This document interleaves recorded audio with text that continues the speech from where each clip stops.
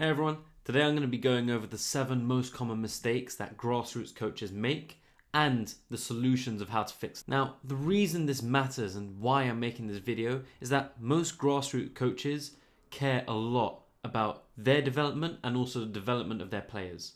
But they usually make the same mistakes every week, whether they know it or not. These small coaching errors can be having a huge impact on your players every single week. And so let's just get into it. There's a lot of hidden costs that come with these mistakes. Your players will stop improving, confidence can drop, kids can just stop enjoying football as a whole, and many players just end up quitting the game early. So to get started, let's move into the first mistake. A lot of coaches at grassroots coach to win and not to develop their players. They make the league table a focus. They focus on long balls, and the players are really scared of making mistakes. You usually keep the best players on, and then the others have to sit and watch, maybe get a few minutes here and there, and the development of the players really gets ignored. To fix this, you really have to shift your focus. You need to judge your players' progress rather than the results on the pitch. You need to praise effort and bravery from your players, not just the goal that they score or the save that the goalkeeper makes. And make sure you rotate positions consistently. Rotate your players, rotate the positions that they play so that they can develop, have a better understanding of each position, and have enough game time that they can build confidence and not feel like the best get picked more often than the less developed players. Improvement comes before the wins. The second mistake is talking too much. Shouting constant instructions and giving multiple points at once can really confuse your players. Your players are just going to switch off, they're not going to focus, and they're not going to remember. Even if they are focusing, they're not going to remember half of the points that you're mentioning. The thinking just stops and the players will just naturally ignore you. You need to learn to be concise. Say less and mean more with everything you say. Give a simple, clear coaching point, make it very basic for the players to understand, and keep it short and simple. Ask them questions, let them figure it out, and let the silence work for itself. Mistake number 3 is being boring or having cue-based sessions. Now, what I mean by this is having long lines and making players wait as long as possible and lowering their ball rolling time. If one player's working and then the rest are waiting for them to finish their turn, it's really going to bore a lot of the players and it's going to push them away from your sessions. We don't want any standing still. We want the engagement of the players to be high, which involves all of them having a ball or at least consistently playing. And the biggest reason that this can harm the player's development is that it's a slow learning process and it's less engaging for the players to get involved in the game. And to fix them, just let them play. Small-sided games and drills that involve all the players are what you should be gearing your session plans towards. It's more touches, everyone's involved, everyone's happy, everyone's engaged. And teach the game with the football. Mistake number 4 is favoriting the best players.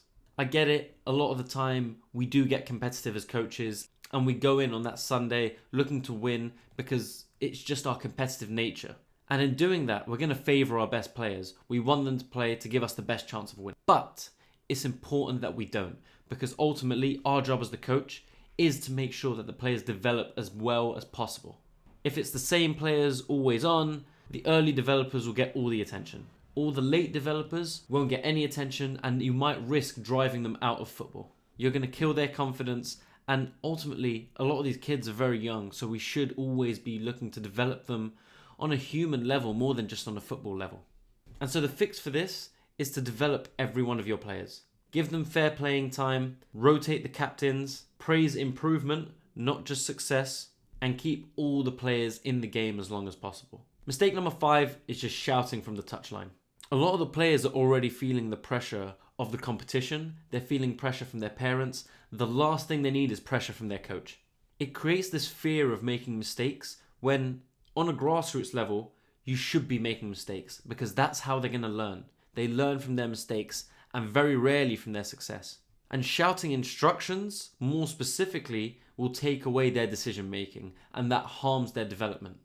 Avoid the game being coach-centered. What you should be doing from the touchline is giving calm guidance, letting the players play, and show you what they've learned throughout our sessions, and let the players solve the problems for themselves. You can ask them the questions and help them come to the answer later if they can't do it themselves, but during the game, let them figure it out. And ultimately, just save your voice. Mistake number 6 is ignoring confidence. Confidence is huge for your players. And so if your player's getting criticism from parents, from coaches, or from anyone on the sidelines, if you can see that your player has negative body language, they're slouched, their head's down, they don't look up for it, and there's a lot of sarcasm around within trainings or within match days, these are things you should be looking out for. Making sure that your players feel involved, feel respected, and feel like they're in a safe space where they can learn, develop, make mistakes, and improve as football players. You need to make sure you're protecting this confidence at all costs, because this isn't something that will just cost them in their football development, but it will cost them in life. Praise effort loudly, because the players need to understand that effort is more important than the talent they're going to show. We want to see them put in effort every single week. If you want to correct them quietly. Don't make an example out of them in front of the rest of their peers in their group. Make it a safe space for your players to fail, because confidence is a skill, and it's a skill that you have to build and improve upon. It's not something you're born with. And finally, mistake number 7 is trying to copy the professionals. Your sessions become too complex. You start to create unrealistic expectations of yourself and of your team, and all it does is create confusion and chaos within your sessions. This will lead to the kids disengaging and falling out of love with the game. Just keep it simple. Make it age appropriate. You don't have to try and play like prime Barcelona with an under-7s team. Focus on the basics and keep it simple. Simple isn't always bad. Simple a lot of the time is a lot better for the player's development, because ultimately, clarity beats complexity. And the real problem is, most coaches copy how they were coached. There's little feedback or support after the sessions. They make a lot of emotional decisions. And these same mistakes get made every single season. To fix these mistakes long term, you need to be aware of yourself and you need to self-reflect after every session. Stay calm, be consistent, and have awareness over perfection.